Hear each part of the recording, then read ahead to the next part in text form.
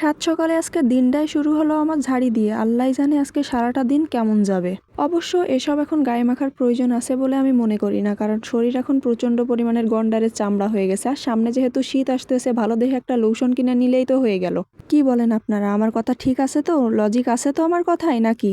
আর এখন হয়তো অনেকের প্রশ্ন থাকতে পারে যে আপু আপনারা সাত সকালে বকাটা দিল কে? আসলে ওই যে বকা দেওয়ার আর সাহসটা কার আছে? আমার নানির মায়ের ছাড়া আর বকা দেওয়ার সাহসটা, এত দুঃসাহস কার আছে?